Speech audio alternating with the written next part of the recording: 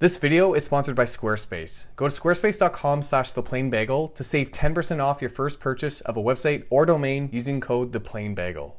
Bro, are you an active investor? You think you can invest better than the markets over time? Pathetic. Everyone knows that active mutual funds on average underperform index funds. Wait, you invest passively? Imbecile! Only a dummy brain would think that the markets are fully efficient. Maybe that's taking it too far. Chances are, if you don't get the joke I'm making here, you haven't seen investors duke it out in the active versus passive debate because, my God, it can get heated. While most investors agree that investing is fundamental to personal finance, they can't seem to agree on the best approach. On the one end, you have the incumbent active investors, believing passive investors to be lazy, blind to the irregularities of the market. And on the other, passive investors decry the high fees and arrogance of the active crowd. But while it's easy to make fun of the argument, it is important to understand the differences in the two strategies so that you can decide your own approach when it comes time to invest. So let's go over the active versus passive debate and whether these two sides can be reconciled on today's Plain Bagel. Before we get into this debate, I want to highlight that the point of this video is not to disprove either school of investing. As someone who's actually invested both passively and actively in the past, I believe there are merits to both approaches. And while some people will passionately argue that there's only one right way to invest, I don't subscribe to that belief. That being said, it is important for anyone starting off to understand the active versus passive debate. And while I have my own biases, my hope is to present the argument in a neutral setting so that you can appreciate both sides. So let's start at the very beginning. What does it actually mean to invest actively or passively? Well, the actual definitions of the two vary depending on who you ask, but here are the main characteristics of each approach. An active investing strategy is any approach that involves monitoring the prices of your positions to find buying and selling opportunities. Positions are selected based on research or analysis, and the goal of the portfolio is often to outperform some sort of benchmark. A benchmark can be an index or a mix of indices that offer some gauge of how the overall stock market or segment of the market has performed.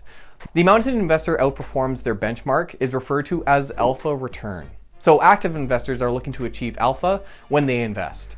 There are an almost endless number of active strategies, some of which actually offer conflicting views about individual positions, but that's the broadest definition of the philosophy. Passive strategies, on the other hand, don't focus on short-term fluctuations in a stock's price. Investors instead buy positions as soon as they have the money to do so, or when they decide they want to own the position. Passive investing also involves little to no research or analysis of individual companies. Instead, investors focus on spreading their money across a large number of stocks, or diversifying, to gain exposure to the stock market as a whole. In this way, passive investing doesn't look to beat the benchmark, but instead to mimic it. There are different approaches to passive investing, but index investing is one of the most popular applications and has sort of become synonymous with the school of thought itself. Index investing simply involves buying index funds that directly copy an index. Since indices are viewed as proxies for the stock market or its segments as a whole, investing in an index offers exposure to the broad performance of stocks. So, those are the two approaches to investing. One focuses on analysis and valuations to try and achieve alpha, and the other on diversification and long-term exposure. But why don't passive investors also try to earn alpha? Well, the reason has to do with how passive investors view the market and the competence of individual investors. Passive investors largely subscribe to the efficient market hypothesis. EMH is a theory that was developed by Eugene Fama in the 1960s that states that at any given time, a stock's price will reflect all available information and trade at its fair value. All this means is that investors cannot identify stocks that are too expensive or too cheap. Everything will trade at its intrinsic value. After all, with so many traders participating in the market, researching companies and looking for new information, the resulting buys and sells on aggregate should bring the stock's price close to its actual worth. Active investors, on the other hand, don't believe that markets are completely efficient. Instead, they believe a stock's price can often deviate from what it's actually worth, and that by carrying out research and analysis, one can identify these opportunities. One of the tenets of this belief is investor irrationality. Whereas the efficient market hypothesis assumes all investors are rational, active investors believe that market participants frequently exhibit irrational behavior, with behavioral biases sometimes overshadowing logic when an investor makes decisions. Other, more mechanical factors can also affect the efficiency of the market, such as investment mandates that limit how large funds can invest, or the flow of institutional money into or out of individual positions. We have evidence of both beliefs here.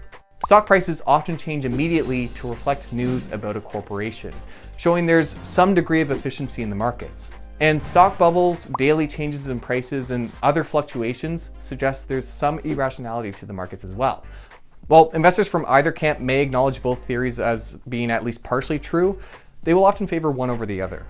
So those are how the two philosophies differ. And you can see there are some fundamental discrepancies between the two. But why are investors so fierce about this debate? Well, part of it is that there's actually money on the line. Assets under management around the world continue to be primarily actively managed, but passive investing has put a dent in this and gained traction over time, especially in the US. Part of the reason for this is that active investing tends to charge higher fees than passive investing. Active funds typically charge management expense ratios above 1% to compensate them for their research, analysis, and added trading. But passive funds can have fees below 0.5%, meaning that for active funds to compete, they'll need to earn additional return to make up for their higher fees. A tall task. There's also been a lot of research showing that active strategies don't guarantee outperformance. In fact, a number of research reports suggest that active mutual funds actually tend to underperform passive funds. But some active investors do contest such papers, arguing that active strategies and investors are too diverse a group to include under one category for comparison purposes. Some funds, after all, are closet indexers or face restrictions that affect their performance. So it might not be fair to deem these funds as representative of the active approach. Not to mention that only public performance data is used when comparing strategies, meaning a large segment of the active investment market is left out of the analysis. Reports are also time sensitive, and since passive funds tend to do better during general bull markets, the recent long rally in the US is sure to affect results. But outside of arguments around research reports, active investors do have their own criticisms of passive investing. For one, the approach is seen as rigid, forcing investors to buy companies that may be deteriorating or explicitly taking on too much risk at the expense of the investor. Passive investing also tends to have a bias towards large cap companies, meaning investors only invest in new technologies after they've experienced their massive growth. Some investors have even suggested that the lack of analysis that comes with passive investing can cause market irregularities, inflating stock prices without any fundamental reasoning. Although, as we've covered in a past video, those claims might be a bit larger than they should be. Needless to say, both sides have some pretty nasty thoughts of the other. But here's the thing. As much as we love to view the system as being binary, it really isn't. There are a lot of strategies that exhibit both active and passive traits. Smart beta portfolios that passively invest in a constructed index based on what the creator believes to be superior factors. Stock pickers who hold their companies for the long term rather than trading on fluctuations. The truth is that investing strategy is more like a spectrum. At the one end, you have extreme active, where investors trade daily and watch markets 24/7. And on the other end, you have extreme passive, where investors own literally every stock available. Neither of these two forms truly exist. And while investors identify as active or passive, they probably exhibit some degree of both philosophies. I, for example, am an active investor. I pick my own companies, but I hold positions for the long term, regardless of the daily fluctuations. So regardless of where you fall on the spectrum, there are still lessons you can take from both approaches that will help you become a better investor. Firstly, look to lower fees where you can. Over the long term, even half a percentage point can make quite the difference. Secondly, try to avoid falling victim to your biases. Overconfidence, hindsight bias, and regret aversion are just some examples of mental shortcomings that can plague both passive and active investors. Thirdly, diversify. People disagree as to what extent you should spread out your holdings, but most will agree that you shouldn't put all your eggs in just a few baskets. And finally, for most investors, it's best to focus on the long term. Unless you're trying to be a day trader, which is an extreme active practice not recommended for beginners, there's really no need to pay attention to the close fluctuations of the markets. If you have faith in your investments, whether you picked them actively or passively, then you should do well over the long term. Now, this isn't to say that there aren't bad ways to invest. There are certainly terrible speculations and investment approaches. But at the end of the day, there are plenty of professional, diligent, and responsible investment approaches that are bound to do well for you over time. Except, of course, yours, which is a joke compared to mine. Don't at me. Thanks for watching. If you liked today's video, make sure to hit the like button. If you like what we're doing here, make sure to subscribe. Hit the bell icon if you want notifications about future videos. If you have any feedback or topics you want me to cover in a future video, leave a comment down below. For The Plain Bagel, my name is Richard Coffin. Thanks for joining me today. This video is sponsored by Squarespace. Whether you're applying for jobs, starting a business, or pursuing a passion, building a website can be a fundamental step for getting things off the ground. And Squarespace is a great all-in-one service for kickstarting your online presence. They have over 70 themes you can pick from to help you get started. And with one of the best structured editors in the space, it's easy to customize pages as you please. But its web builder isn't the only perk of the service. Squarespace offers blogging tools to share stories, photos, and videos, as well as integrated analytics to help you fine-tune your marketing.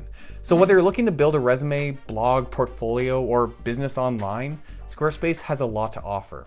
You can try out the web page builder for free, and if you love it, you can use coupon code THEPLAINBAGEL to get 10% off your first purchase of a website or domain. Just make sure to use the link in the description to support the channel. And stay tuned for the coming Plain Bagel website.